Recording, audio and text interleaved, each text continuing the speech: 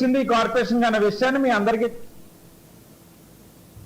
Maoist అగ్రనేత party కేంద్ర committee సభ్యుడు తక్కెళ్లపల్లి వాసుదేవరావు అలియాస్ ఆసన్ పోలీసులు ఎదుట లొంగిపోయారు. 153 ఆయుధాలతో 208 మంది మావోయిస్టులతో కలిసి సరెండర్ అయ్యారు. 4 దశాబ్దాల క్రితం పీపుల్స్ ఉద్యమం వైపు ఆకర్షితులైన ఆసన్న ప్రస్థానం ఏంటో మా ప్రతినిధి సంపత్ వివరిస్తారు. నిర్మాణం చేపట్టాలని చెప్పి కేంద్ర ప్రభుత్వం సవాల్ విసిరింది. సవాలుకు అనుకూలంగా ఇప్పటికే మనం చూసుకున్నట్లయితే మొన్న మహారాష్ట్రంలో మల్లోజుల వేణుగోపాల్ అలియాస్ అభయ్ 60 మంది నక్సలైట్లతో లొంగిపోవడం జరిగింది. ఇదే సమయంలో 2 రోజులు గడవక ముందే ములుగు జిల్లా వాసి తక్కెళ్లపల్లి వాసుదేవరావు అలియాస్ రూపేష్ అలియాస్ ఆసన్న కూడా ఈరోజు ఛత్తీస్గఢ్ ముఖ్యమంత్రి మూట 208 మంది నక్సలైట్లతో లొంగిపోతున్నారు. సుమారుగా ఆయన చేసినటువంటి సుదీర్ఘకాలం పోరాటం 40 సంవత్సరాలు అజ్ఞాతంలో ఉండి 40 సంవత్సరాలు పోరాటం చేశారు.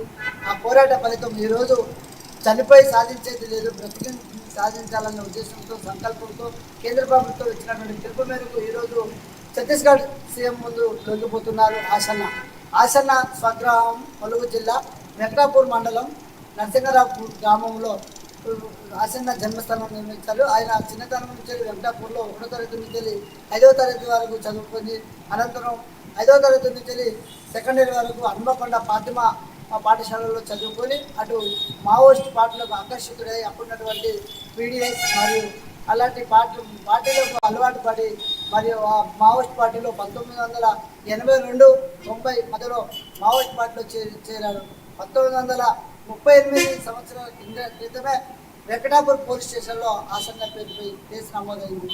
అప్పటి నుంచి ఆసన్న ఆశయాలు నెరవేరుస్తూ ఈరోజు వారి యొక్క ఆశయాలను ముందుకు తీసుకొస్తూ బ్రతకుండి సాధించాలి, చనిపోయినాక సాధించలేదంటూ ప్రభుత్వం ఇచ్చినటువంటి ఆదేశాల మేరకు ఆయుధాలు వదిలి జనజీవన స్రవంతులు కలుస్తామని చెప్పి ఈరోజు సుమారుగా 208 మంది మావోయిస్టులతో ఇంద్రవల్లి నది దాటి ఈరోజు ఛత్తీస్గఢ్ సీఎం ముందు లొంగిపోతున్నారు ఆసన్న. చూసుకున్నట్లయితే ఈ మధ్య కాలంలో ములుగు జిల్లా ఎస్పీ శబరీష్ ఊరు కన్నా ఊరు నిన్న అనే కార్యక్రమం నిర్వహిస్తూ మావోయిస్టు సంబంధించిన కుటుంబాల దగ్గరికి వెళ్ళి వారికి నిత్యావసర సరుకులు అందించి వారి కుటుంబాలకు కూడా తెలియపరిచింది. కొడుకు కోరు వదిలి ఊర్లోకి రమ్మని చెప్పని వారికి ఆదేశాలు జారీ చేసి నిత్యావసర సరుకులు కూడా అందించారు జిల్లా ఎస్పీ శబరీష్. ఈరోజు 40 ఏళ్ల జీవితం అడుగు బాట పట్టినటువంటి ఆసన్న ఈరోజు జనజీవన